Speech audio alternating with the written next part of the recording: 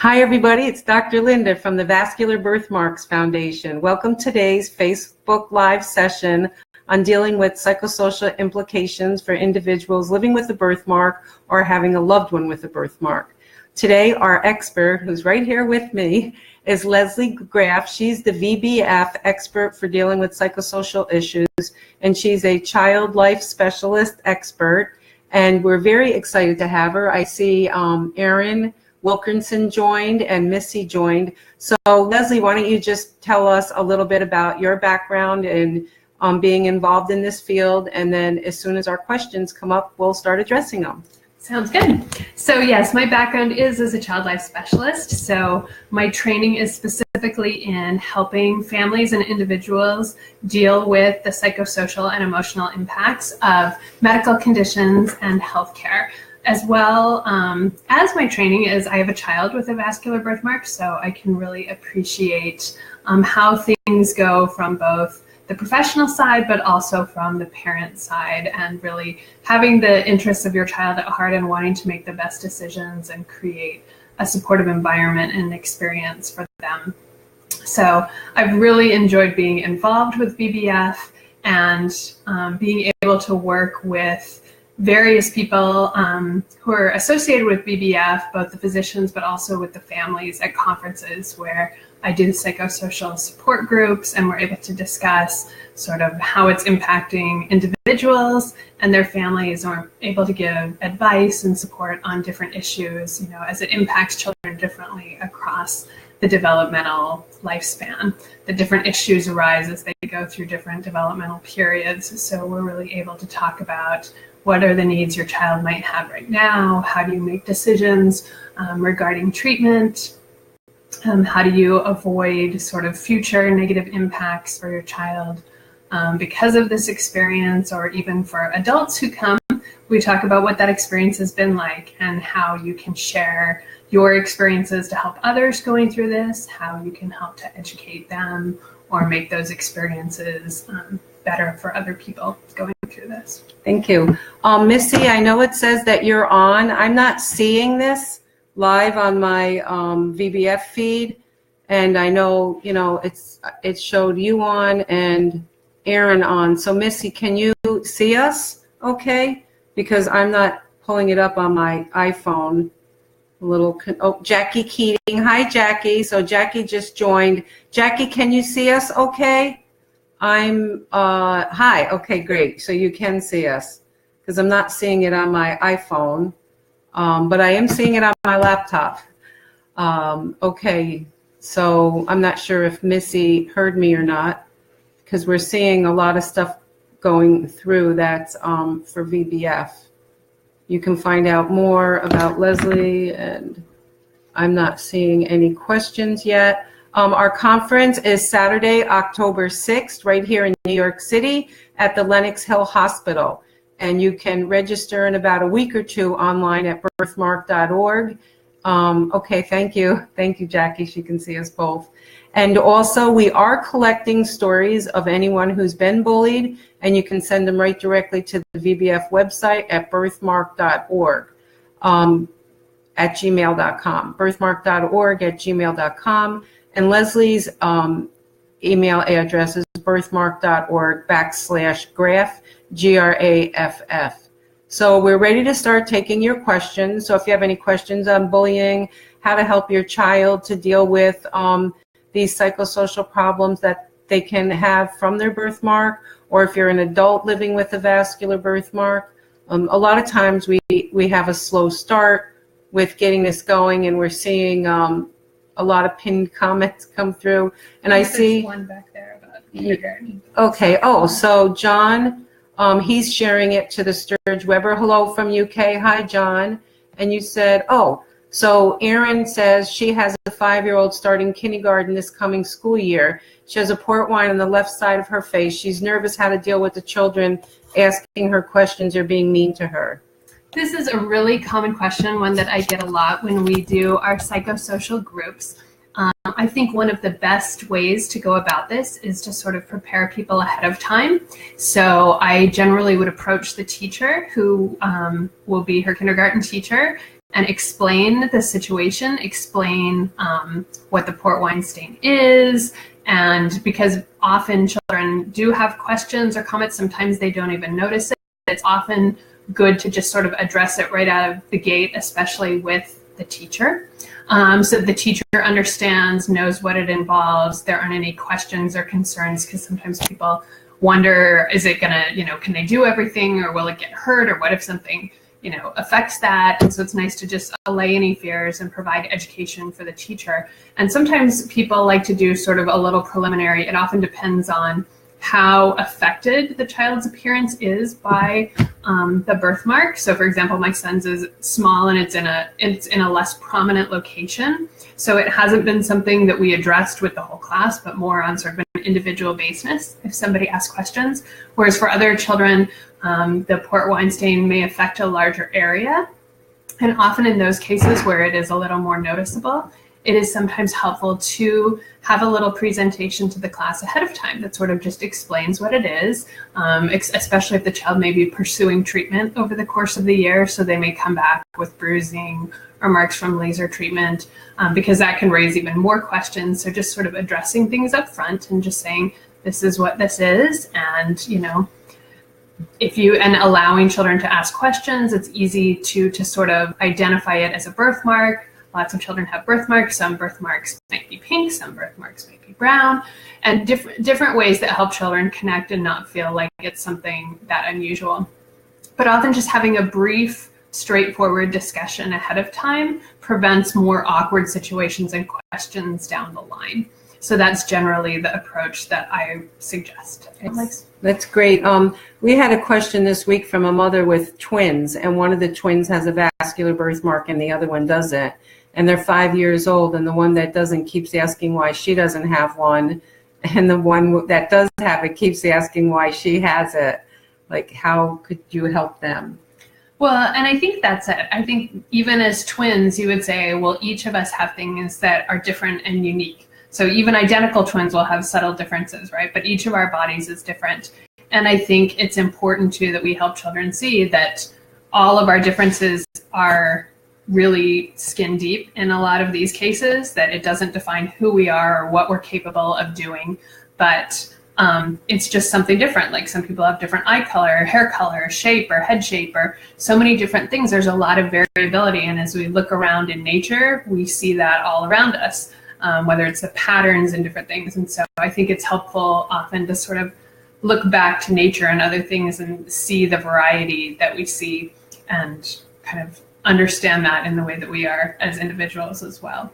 Thank you. Sharon has a nice little shout out. She's remembering her mom, who was 97 years old, living with her facial birthmark, and she's sorry she didn't have the resource. So she would be the oldest person I know in 25 years almost of who lived 97 years with a vascular birthmark. So Sharon, your mom has that claim to fame.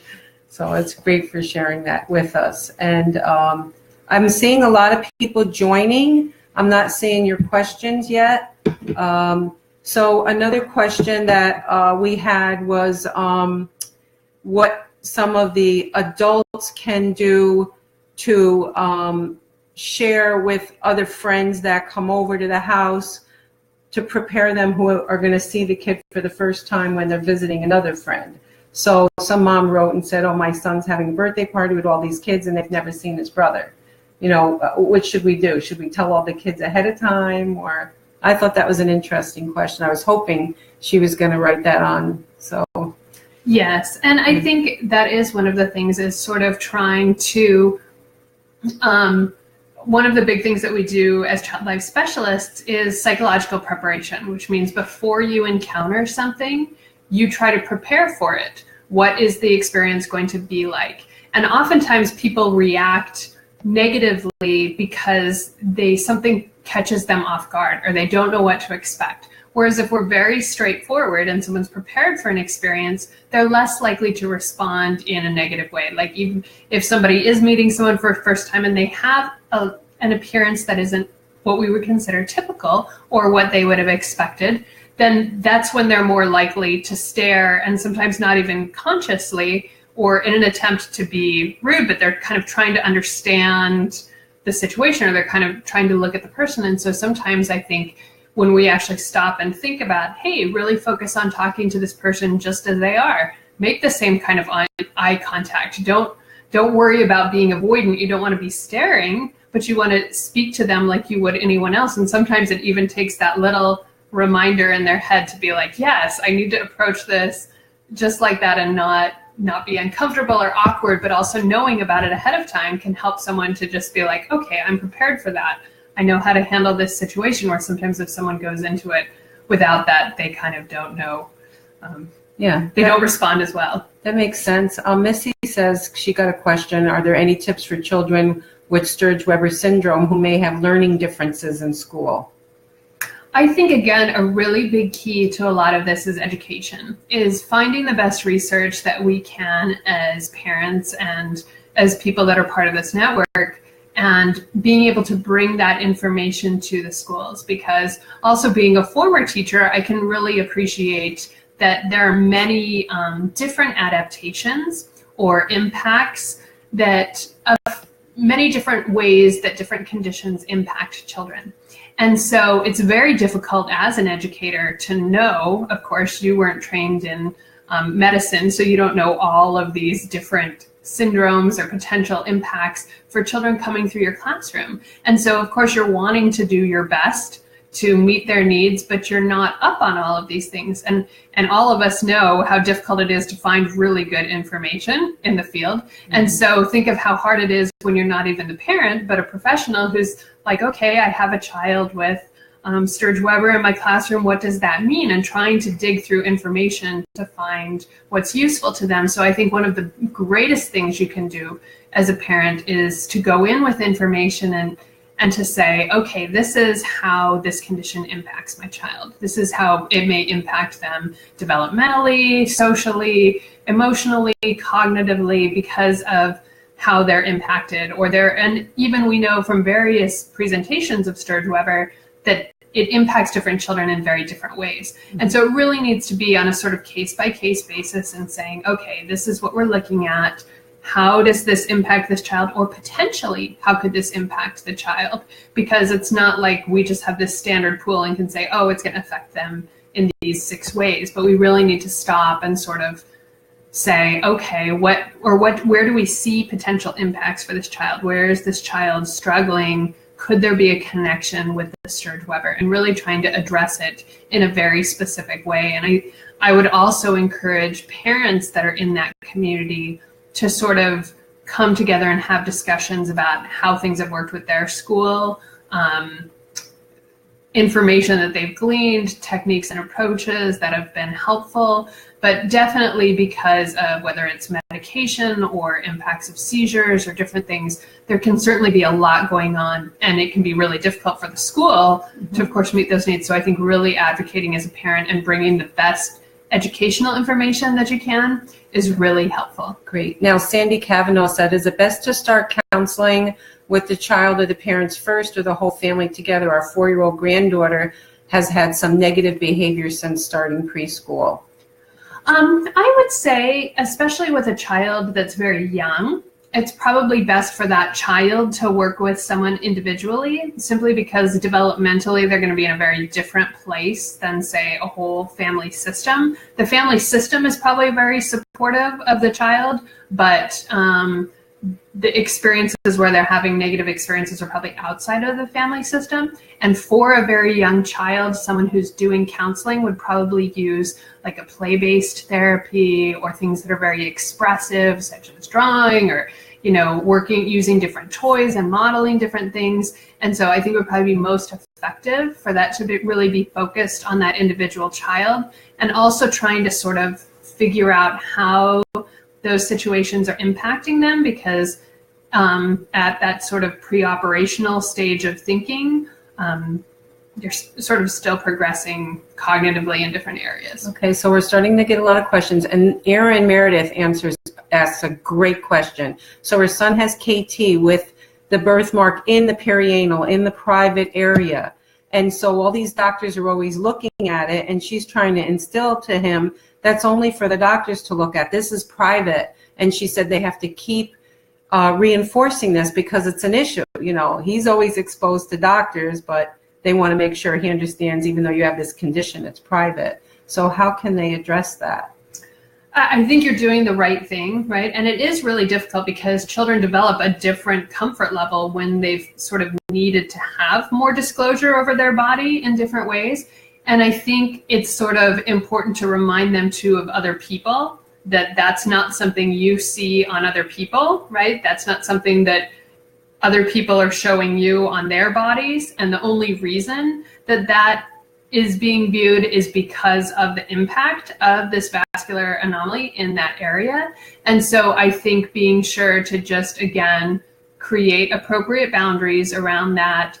Also try to ensure that you sort of emphasize the privacy a little bit more, because sometimes, again, it just becomes so casual and so common for them because it's something that happens frequently, that you can just try to provide a little more boundary and privacy, even in the hospital or at an appointment, being like, okay, well, let's cover this up, just like doctors always give you a gown and have you tie it in the back. Like the optimum goal is to maintain privacy and coverage as much as possible. The only time an area would be revealed is when you're directly accessing for observation and treatment. That's perfect.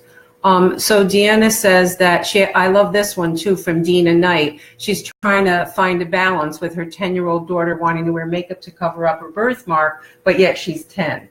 So how does she? And makeup is a common concern with people. And I always say there's not a right or wrong, because people always say, is makeup good or bad? And I say makeup can be good and makeup can be bad, right? Because it can be good when somebody is using it in a way that empowers them or that gives them a feeling of control or choice, and that they can use it at times. If somebody feels, I can never ever leave the house or let anyone see me without makeup on, then we would be concerned that maybe it's creating, coping that isn't as effective. So it becomes a difficult place because all of us get up in a day and try to look our best or want to put forward a certain appearance to the world. And it can be very difficult for a child with a birthmark who already feels like, I didn't get to choose the way that I look, and I would like more control over that. So makeup gives them an opportunity to exert more control over their appearance. And so in that, it can be a healthy choice. Again, part of it is helping them realize, you know what, it's okay to wear makeup. It's okay not to wear makeup. You look beautiful with makeup. You look beautiful without makeup. And it can be a difficult place for them too, because I feel like more and more as people wear it, they feel like now that's how everyone knows me and that's how everyone sees me. But I also think we have to create sort of a soft experience for people, which is if something is particularly stressful for them, we also listen to that and acknowledge that. Sometimes parents feel like they should force their child to just be seen as they are, and then the child feels guilty about wanting to wear makeup because they feel like it means they're a weaker person or they don't really love themselves if they do. And so I think it's trying to just create a really healthy balance of who you are is not entirely reflected in how you look, but also you can make choices and vary that, and to kind of create experiences where you vary that, such as you may not wear it when you're exercising, but when you're going to a party, that's what you may feel comfortable with. Thank you. So Michelle has another great question, or a great question. Her son's 9 and he really is noticing the stares. He told his mom that he doesn't like it and it makes him feel bad. So how can she help him not feel bad? Right. That's unfortunately probably one of the most common universal experiences, I would say, for people with a vascular birthmark. As they say, the most difficult thing for me is the staring. And I think often what we can do is try to do a little bit of cognitive rescripting, because the truth is some of the staring will be there whether you want it or not. And that may not be something you can control. You can control how you respond to the staring. Sometimes because people feel very negative about that, somebody may be staring at them more out of curiosity than with a desire to impose a threatening feeling. And so sometimes it's a matter of, if you're the person that's being stared at, stopping and thinking, is this person really trying to harm me or make me feel bad? Or is this just something they haven't seen before and they're very curious? And unfortunately, their curiosity is making me feel bad. and this, this staring feels very invasive to me. And sometimes what a lot of people do is they choose to approach instead of back off. So they may then respond with a comment like, hey, how are you doing? Or talk about something that's going on. This is a really beautiful day today, or something like that. So you choose to engage with the person rather than giving them control over the situation. But I think it's also helpful to have sort of your own tactics. So if someone's staring at you and it's bothering you, to cognitively have a different place you can go to focus, whether it's something that you do in your mind to help you calm down. Sandy, I just want to comment because you said that she's got a lot of scarring from laser. If they want to contact Dr. Nelson through birthmark.org/Nelson or Dr. Geronimus, they have the Fraxel laser that can remove the scarring that's been caused by previous laser treatments. And we offer, consultations for free. We can help with that situation, so you can contact me or one of our doctors. Anna Fox, hi Anna, she's been working on her daughter's self-confidence for 8 years. The target is achieved. She loves her birthmark and refuses to remove the rest of it. We parents can do much and prepare them. That's wonderful. That is a wonderful experience. Thanks for sharing. Graziella says that this is Camila, 35 years old, holding her baby Zoe. They both have extensive facial port wine. Zoe had her 8th laser session today, and Camila has never been treated. Having my family meet Camila and her family helped us tremendously on breaking the stigma. That is awesome. So we can't see the picture, but we understand what you're sharing. And by the way, our conference is Saturday, October 6th in New York City. And in the daycare, there'll be 30 or 40 children with birthmarks all playing with each other. And we feel that's an absolutely wonderful experience. Leslie will be there. She will be facilitating 3 different psychotherapy sessions for parents, for young adults, and then for adults. So our conferences are really remarkable opportunities for kids to learn acceptance, tolerance, and that there are others just like them. And that's one of the things I love about them. Yeah, it always means so much to families to see other people in the same situation and be like, oh, for the first time, or so many times they'll say, I saw someone whose birthmark looked like mine. And that was so meaningful to them to just realize someone else was having a similar experience to them. So. Carly said, what can you do to prepare a child for possible bullying? Okay, I think the biggest thing is children can be bullied for many reasons, right? And we see that all around us, unfortunately, today in our society. And more schools are getting better about having no tolerance policies and approaching things in different ways. One of the best things is really to help them have appropriate strategies, right? And to help them realize that, one, they can always go to safe people to talk about their experiences. That's one of the most critical things, because when children don't feel like they have anyone who will listen or understand or believe them, that things are happening is a problem, right? And as they also start to internalize things that are said to them or done to them, that's what we don't want to have happen. So we want them to identify safe people that they can talk to. We also want them to feel like if you come forward and talk about something that's happening, something will happen, right? That something will happen, not that they're powerless in the situation. So I know most schools are required to have programs in place that are implemented. But the biggest thing is to say, okay, you can walk away, you can clarify a statement. It depends on often whether it's relational aggression or physical aggression in terms of what you're seeing. Is somebody actually hitting, pushing, moving you, or are they calling you names or different things like that, because there may be different strategies that you implement. But another really good thing is to try to implement a buddy system so that they have someone who they know kind of has their back or who will be a safe friend for them. So if they're in a situation, they sort of know who they can go to, or to keep someone with them if there's a certain time where bullying seems to be taking place or they feel at risk, is to try to head off those situations by sort of preparing for them ahead of time and giving the child more support. That's great. I love what Susan has to say. She was thinking kindergarten class could read the Buddy Booby book. We have those for a $10 donation. We'll send you one, and actually we have a special going on right now where we send you one plus a free one to donate to your school library so that other kids can learn about tolerance and acceptance. So she suggested the book could be read. She said it's great that we're here, and that as an adult now, she knew her parents did the best they could, and that she's just as sensitive as an adult today with port wine as she was as a child. And she said you would think you would get used to it, but she said the awkwardness never goes away. And I think that can be difficult because we live in a society that tends to be very image focused. And so it can be really difficult. And I think one thing that we can do too as a community is to validate those experiences and to say, you know what, that's been a tough thing, I bet. Like, to really acknowledge and appreciate the emotional experience that we have in living with all the various differences that we have in our lives, but really trying to acknowledge and understand what that's like for other people and support that, and support and appreciate the strength that people have and the positivity that they choose to approach the world with, even when there are situations that are beyond their control.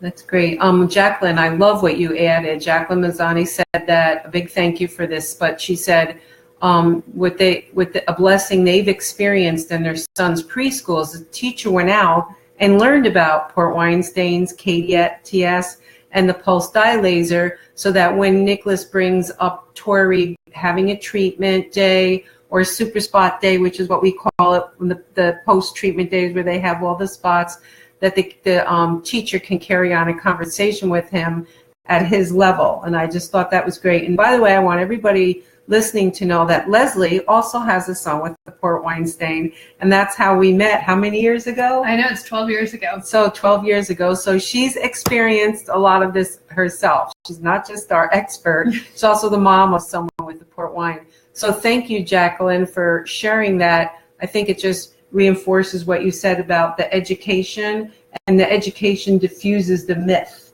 and the fear. Alex posted, and he's from the UK. Hi, Alex from the UK. The only method we have found effective has been educating others about port wine stains and developing a thick skin to negative comments, especially from other parents, with regard to treatment plans and not understanding, let's see what this says, why they are medically necessary. With regard to port wine, we have been told that the port wine stain will grow again, and puberty is affected by hormones. In this sensitive stage in our son's development, what can we do to prepare growing children to cope with looking different and facing unkind comments when they are independent and out on their own? Good question. I think one of the biggest things is always providing that very supportive, loving environment that, again, reinforces that who we are as people and what we contribute to the world comes from our abilities, how we connect with other people, the good that we can do, what we can learn, what we can share. Those are the things that make a difference in the world. And the more that a child's identity is rooted in those things, that shows, you know what, you are incredible at math, or you are so good at cheering people up when they're sad, or you have an incredible amount of empathy for other people going through difficult things. The more that we compliment and praise and help strengthen children in those abilities, those are the greatest buffers against, them feeling less of worth or defined by their physical appearance. The more that they have that positive feedback from the things that they do that reinforce you're needed, you make a valuable contribution in the world,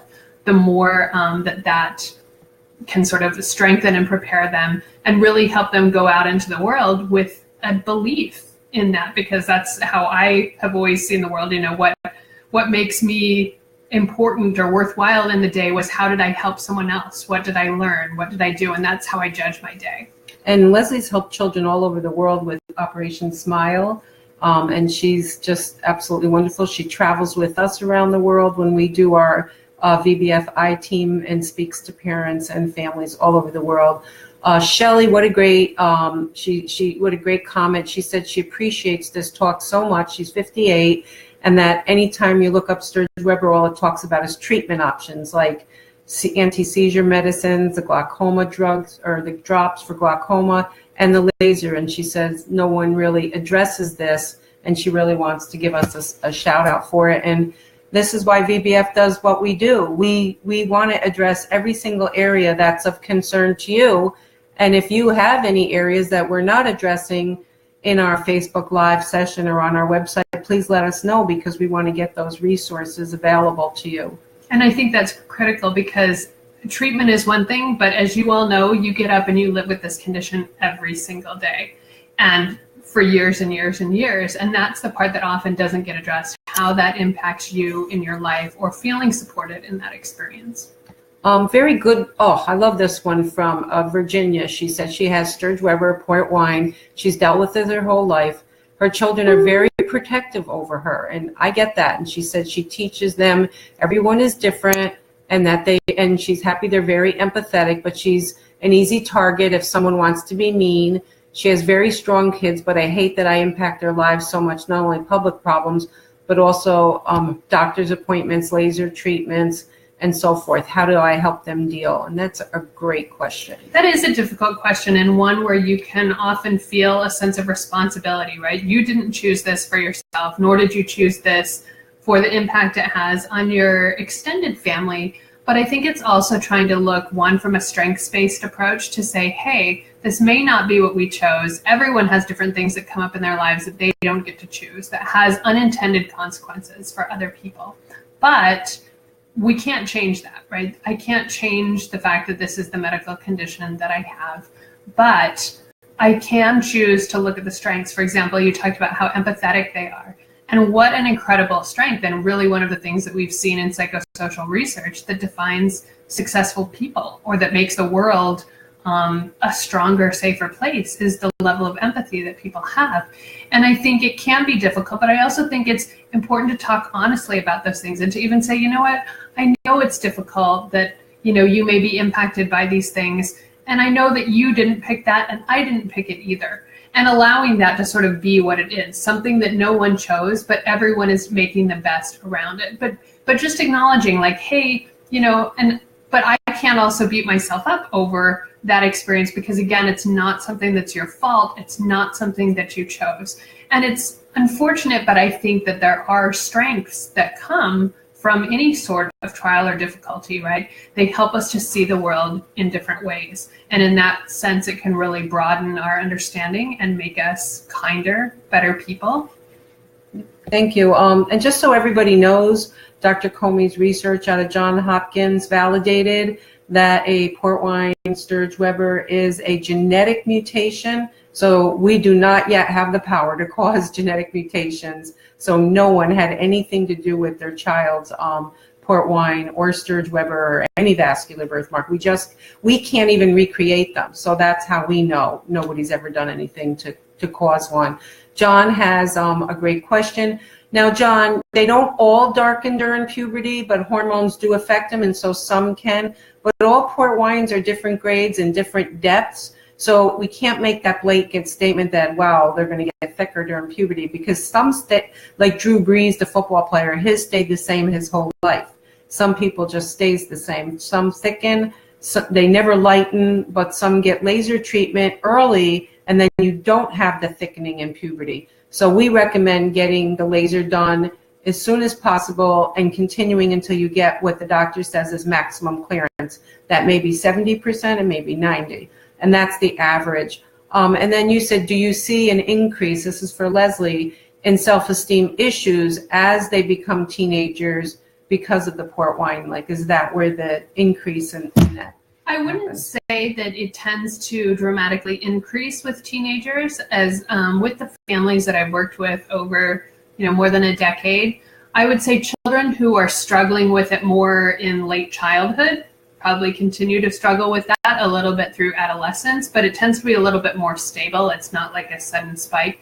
I would say no more so than typical teenage, adolescent anxiety about appearance, because we know developmentally that teenagers go through different things, whether it's adolescent egocentrism, personal fable. They see themselves not in a totally logical way. They tend to think everyone's noticing them, but this is true of all adolescents. It characterizes the entire period of adolescence.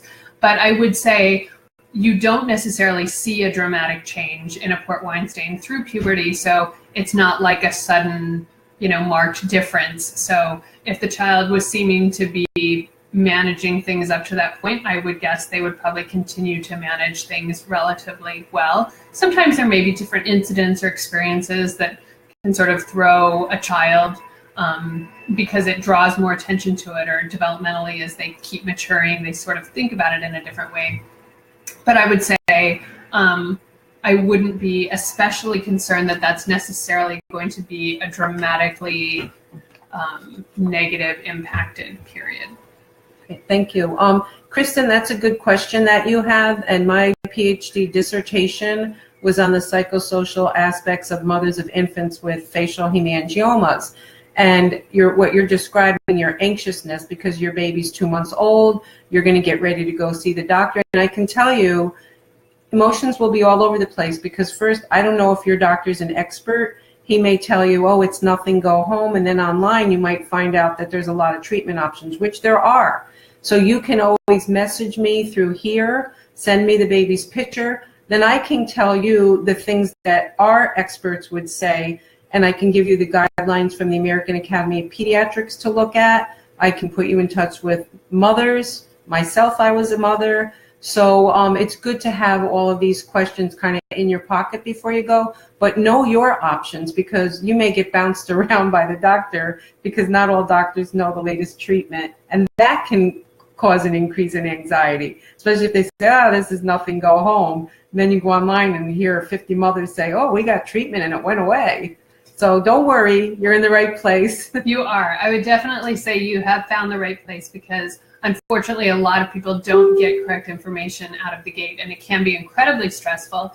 And there's a lot of anxiety. As a new parent, this was not what you expected to have happen. And so it's sort of a transition as you try to suddenly gain all of this knowledge, weigh out opinions of people who are supposed to be medical professionals, but who at times aren't up to date on the most current information. And so there can be a lot of anxiety, but you're also getting to a place that allows you to have more answers, more understanding, more ability to sort of move forward with potential treatment options.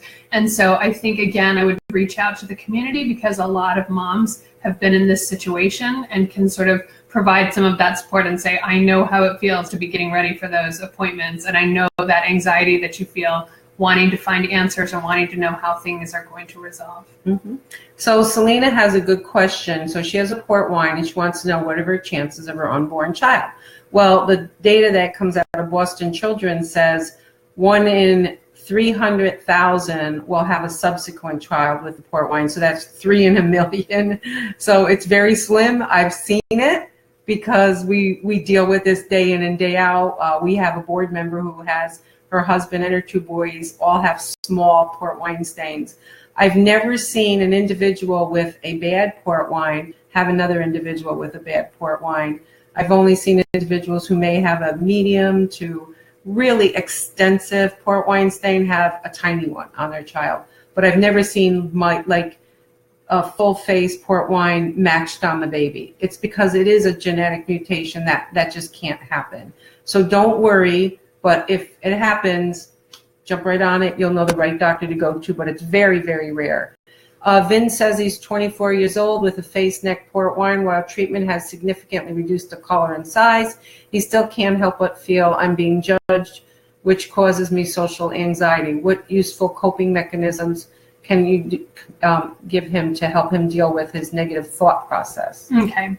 One of the best things is to give yourself a strategy, right? So when you encounter a situation and you start to feel that anxiety regarding the birthmark and its impact on you, you can, 1, reiterate to yourself things that you're really good at or people whose lives you really impact in a positive way. So you can sort of re-script and change the dialogue when it starts going negative in your head, go to positive things, whether sometimes it means stopping and doing like a mindfulness meditation for a few minutes. So just clearing your head, right? Just clear out any of the negative and reset yourself back to a neutral space. Or you can do things where you try to replace those thoughts with positive thoughts. Again, what are things that you're good at? Who are people that you impact their lives in a positive way? How do you make a difference? And remind yourself of those things and focus on that and say, you know what, the future just means more opportunities to help people. Future means more opportunities to connect with people. The future means more opportunities to make a positive difference in the world in whatever I'm doing, whatever my profession is, whatever my education is, whatever that is, you can make a contribution. And you need to just remind yourself of that. And I have a saying, I say everybody has a birthmark, just some are apparent, right? Everybody has one. some of them we can't see, about, Eric. Hi, Eric. He's our rap artist. I love him. Anyways, he said about 2 out of 10 people will approach him about his birthmark. So he sees 10, 2 will come up. Most of the time, I'm the one to approach. I have no issue providing knowledge to the curious eye. As far as negative approaches, some people are more afraid of something they haven't seen before or know nothing about. And that's exactly what you said. Well said, Eric. Yeah, well I love said. this term, curious eye, because I think we've all seen those curious eyes. Sometimes they feel a little intensely curious, but very true. Hi, Kiana from Trinidad. So we have a Facebook user, no name identified. He says he has lost confidence in himself. He seems to be very depressed because of it, because of his birthmark. And I know you've talked about coping mechanisms. I'm not sure which country he's from and if no treatment is available, but he can contact me. We can give him and let him know the resources that we know that are available if he needs treatment. But that's for the birthmark. Right. You'll address the... In terms of dealing with the difficulties is sometimes too people find that just because you have a birthmark, you may also be somebody who suffers from depression or other mental health challenges. And an important thing is to get treatment if you find yourself where you are really feeling negative or depressed or like you're not functioning well in normal life. It's really important to reach out and get appropriate mental health services from a provider that can provide you with the appropriate ongoing support, because sometimes the birthmark may be impacting your life in a certain way, but there may be other factors at play that are really sort of amplifying the issues and making it difficult for you. And so we want to be sure that you, if you're feeling in a really bad place, that you reach out, that you get help and support. I know there are, hotlines and things available for people who are, if they're feeling really in a dark place at a moment, because it's important to try to find the right balance in life so that you can feel sort of in control and able to move forward in your life. Okay, some of these are a little out of order. So, because I see a couple on my phone that I don't see on here. I will get through them all. Our conference is October 6th in New York City, and the information will be on our website at birthmark.org next week. Kirby said her 2-month-old daughter has a hemangioma on her forehead. I'm ashamed of myself for being embarrassed by it. Thank you for hosting this. It has been very helpful. Let me tell you something, Kirby. I have dealt with thousands. I was the same. I was a mother too. And my mother-in-law had a portrait done of my daughter with her hemangioma. And my first thought was, why did you have to put that on there? And I felt so bad about myself because it was a part of my daughter. But the day hers was removed, I was happy to see it go. And nobody wanted to get rid of it. It didn't mean I loved her any less. But as Dr. Weiner says, every parent has a right to a normal-looking child. And what your thought is, at least you were brave to say it. And I've said it. And a lot of people think it. A lot of people love it. They buy their baby outfits with strawberries on it to match their birthmark. Some say they don't even want it to go away. I just couldn't wait to get rid of it. Well, and I think too, Kirby, you need to know you are not alone in feeling that any parent going through that experience, I can't tell you how many times I'm at a conference and parents will say, and when I went to send out pictures, I would turn them to the side or put them in dark lighting or whatever, because they just didn't want to draw attention to it. And that's understandable, because what you want to say is, my child is more than this. I don't want you to focus all of your attention on this, because that's not who they are. That's not what's going to define their life. But it is okay as a parent to sort of mourn that typical experience where everyone just looks at your baby and goes, oh, they're so beautiful, because sometimes you get that, oh, like slightly awkward experiences. But just know, again, yes, you are okay to treat. You're always, that is what we're all hoping for. That's what we're all hoping for, is to have the most typical appearance for a child. And thank you, Melissa, for reinforcing that education is how you get children and adults to understand what these are about. I always say, take a normalized approach. It's a vascular birthmark. My daughter was born with it. It's a collection of blood vessels. It's nothing that I did, nothing that she did. We're going to get treatment for it. almost like I was telling him she had a toothache. You know, it kind of normalized the situation. So she was just thanking us because she said education is what really equips people. Okay, so Eric again said, I hold activities with my fellow birthmark buddies. Great. Oh, Eric, you are a superstar. Yeah. He's also one of our VBF Global Ambassadors. We've started a new Global Awesome. Ambassador program, and he's got some great stuff that he shares. We are all the same, no matter how or who looks at it. Amen to that, brother. Yes. Shelley said, where and when is I mentioned that the conference. It's October 6th, and you'll meet, Shelley, come, you will meet so many people with birthmarks.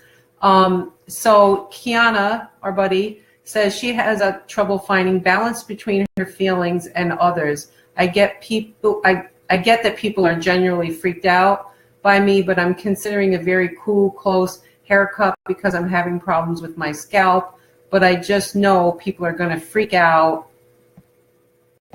Because her scalp has the port wine stain on it too. I find myself at times forcing myself to just be me, to the hell with how people feel, and I get that too. Yeah. So she's trying to find that balance. Sometimes to make those decisions. But I think what you need to ultimately do is say, you try to weigh that out. And do I want to deal more with people socially, or do I want to deal with what's comfortable for me or what's best for me physically? And you may have ways that you can sort of adapt around that. Like if I'm going out, maybe I put a scarf on, maybe I put a hat on, maybe, allow yourself days when you can sort of address that in a softer way. But it is difficult at times because you kind of say, which pain do I want to have? It's kind of a trade-off of one for the other. But again, I think whatever decisions you make, you're inviting people to approach you in an honest and a straightforward way. And you always have the right to do what is best for you without the judgments of others, and we're always behind you. And Kiana, I saw that picture you posted of that haircut you wanted, and I think you should go for it.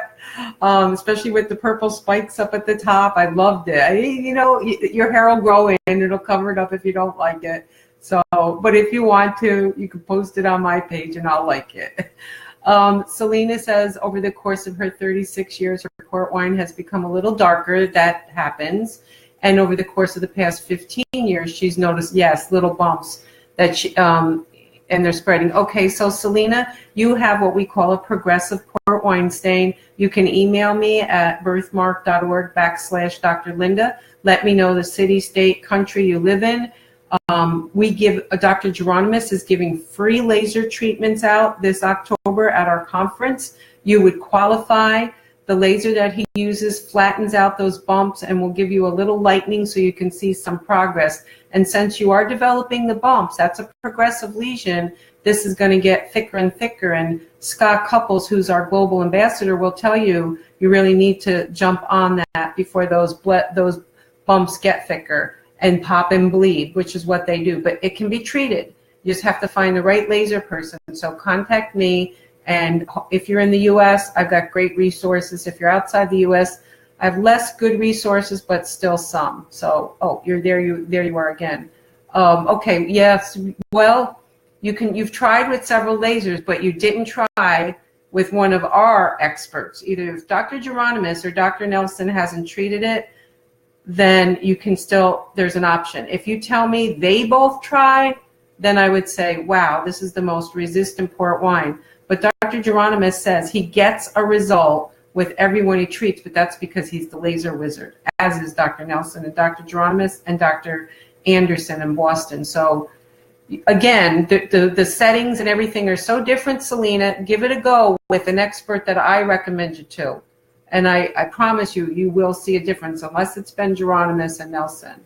Alan said that his son has a birthmark on his tummy. He's an adult now, had laser and R-cell treatment. Nothing worked. He's very affected. Now, let me say this, Alan. I would like you to send me, Dr. Linda, or birthmark.org/Dr. Linda, an email, because it may be angiokeratomas, it may be venous, it may be arterial, these truncal lesions that are resistant, especially to this treatment, laser, and it may be that it's not accurately diagnosed, so it may be that you don't have the appropriate treatment.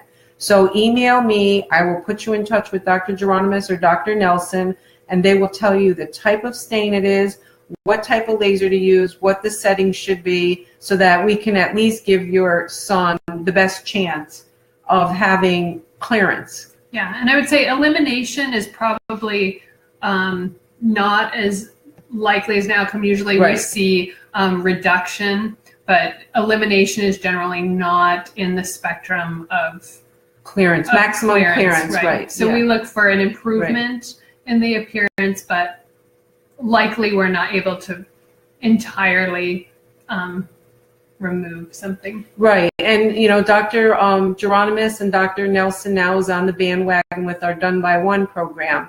That means you start laser 2-3 weeks after birth. You do them every 3 weeks. And he is seeing, Dr. Geronimus is seeing 90% or more clearance by the age of 1, and so is Dr. Nelson. So I've been working with the American Academy of Pediatrics and American Academy of Pediatric Derms to get the laser started at the 2 or 3 weeks and every 3 weeks. And you know how old your son was when you were, and you're assertive and you're out there looking. So the earlier, the better the clearance, because the vessels are so small, they respond the best to the laser. When you're older, they're thicker. And so it's a little tougher, but Dr. Geronimus and Dr. Nelson say they can still get good clearance, never 100%, but still good, and it's worth it to try. Lucy, your daughter has a venous malformation. I'm not sure if you submitted another question, but I don't see a question. But those venous malformations are part of the lesions that our foundation helps families to manage. She needs a proper physician. If it's on her face, I understand, you know, there can be psychosocial implications with the venous malformations, especially because they're not as easy to treat as a laser. They're so much deeper. The patient can be very complex. And, you know, I've heard of patients having 10, 15 surgeries or lasers or embolizations to address a venous malformation. So I get it that it can be very difficult. You're welcome, Vin.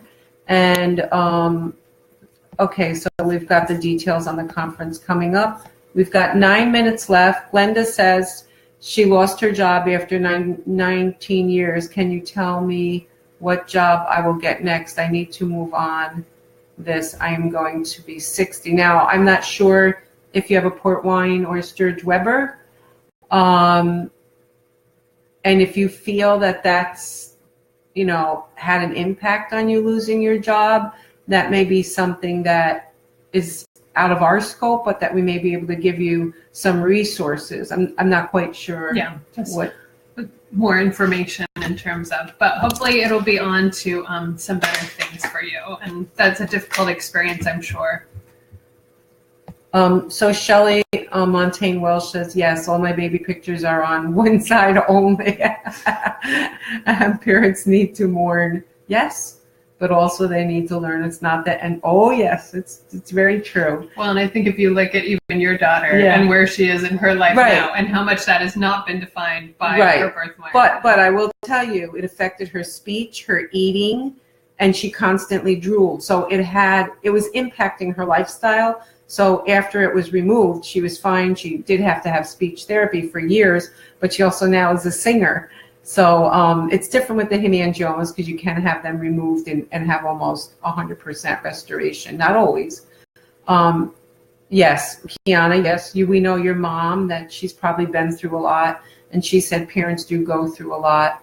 And yes, we will do more of these live sessions. You know, I've just introduced Facebook Live for VBF last January. So we've only done it for 1 year. And we've had over 80,000 complete views of our videos, not just people reached. The number reached is over 200,000, but the people who actually watched our videos is over 80,000. And I know how important these are, Kiana, and that's why I'm committing to do them. And I will arrange again with Leslie sometime during the nice weather this summer to meet me again in New York City to do another session. Or maybe I'll meet her in Boston area. So that is an important thing. Vanessa says, I want to have another child. My daughter has 2 hemangiomas.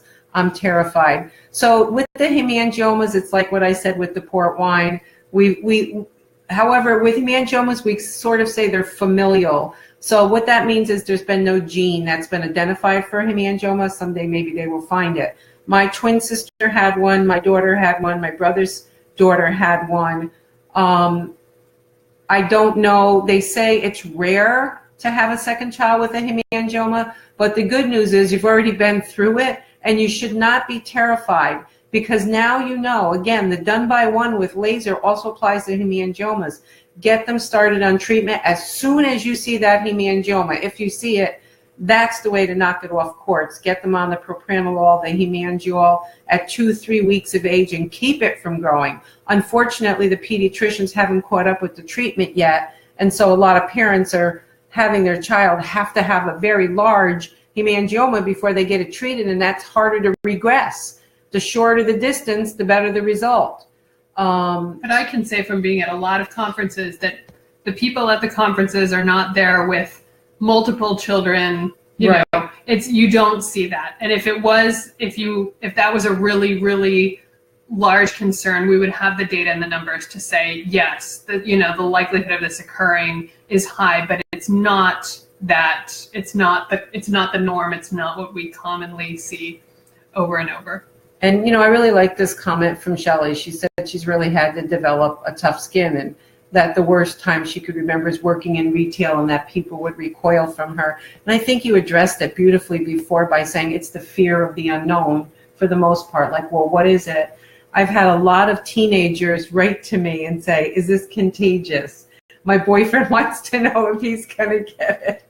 I just find that amusing, but it's an honest question. Right. And we don't and it's not really contagious. often explain why it is, so that then if people really understand what's going on, you would know whether or not it is, or how, you know, when I try to explain my son's port wine stain to people, when I explain it as the vessels are dilated, like when you exercise and your face turns red, right? Then it makes a lot of sense to them, and they can go, okay, and they can understand how it's, you know, localized to a certain area, but it just lacks the structure, or has a different structure, which makes it stay pink all the time. But once you understand it in those terms, it can help you have a little better sense of how to encapsulate it to a way that is manageable. Right. And do, well, it says dew of the sea, but it's rosemary. So rosemary, what we do is we do get the free consultation, and they tell you what you'll need. And your insurance should cover it. We do have appeal letters from the American Academy of Pediatrics, from the American Academy of Dermatology, that will help with appeals to get your insurance to cover it. If that fails, I can try to negotiate with a laser expert that's close to you for a very reasonable rate. And I've done that for many patients. I've said, look, this patient can only afford X per treatment. Will you accept it? And then they're like, okay. So rosemary, if it's you or someone else you know, just have them get in touch with me, especially if it's in the U.S. I have a lot more flexibility in the U.S. than outside the U.S. Insurance would never cover. That's true. They said it was cosmetic. My dissertation proved it was not, because vascular birthmark causes PTSD. We all know this. Symptoms of post-traumatic stress disorder, anxiety, generic stress. The whole family system is affected by this. Leslie knows all this. She was right there with me, coaching me through my dissertation. And insurance companies try to get away with saying it's cosmetic, and we fight them back and say, no, this is a progressive vascular anomaly, and it should be covered by insurance. And we do fight that. Hello from Mexico City. Hello, Gabriella. Okay, your mind just covered mine. So do the experts have the same option? I'm not sure if you're saying yours did. I think the specific insurance, maybe whether she would be covered. Oh, to see the experts with her. Right. So the experts will give you an opinion for free through the email, or they'll see you informally. If your insurance is not acceptable by them, we can maybe find you one that will be, that's just as good. We have a lot of options, Rosemary, so just email me or message me and we can talk about it. No, it's not cosmetic. Thank you, Gabriella. I don't even like that word used, because it's anything but cosmetic. Nobody asked to be born with a birth defect. You're not putting lipstick on. So Tracy, who's affiliated with, I don't know, 13-year-old daughter, has a port wine on her cheek and bottom lip, and has, yes, they can cause hypertrophy. No matter where we go, someone is always pointing and whispering. She's starting to be more aware, and it breaks my heart. It's hard to keep patience with some people. We know that. She's 13, and the hypertrophic lips do tend to grow more in puberty. Dr. Wayner believes they're like a separate entity from the stain itself. They have like a mind of their own. Most of the older teens or adults, which is sad, and yes, you're right. And so the suggestions for hypertrophy is the debulking. You had that done in Boston. I'm not sure who you did it with, but if you want to send me her picture, let me have my expert lip debulkers look at it. And we do have a lot of resources in Boston and in New York. So maybe you just didn't have the best surgeon, and that's possible. That's possible. And she was talking about, not being able to keep patience with people. Oh, looks like, unfortunately, so I just want to address this before we wrap up. I did not realize it's been an hour. We've never gone over. I just want to, go through a couple of these answers right here.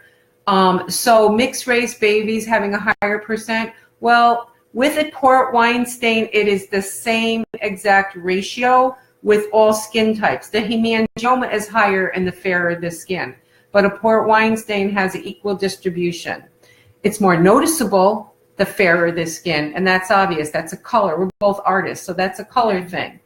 You're welcome, and yes, and all of you reach out. So, okay, you're in Naples. Okay, all right. Well, thank you all, and I'm very happy. Thank you, Leslie. It was a great session, and you can all go back and view this and listen to it and share it with as many people as you want. Share it on all the groups. And I promise that I will get together with Leslie again before the fall and do another session, because I know this is very important to all of you.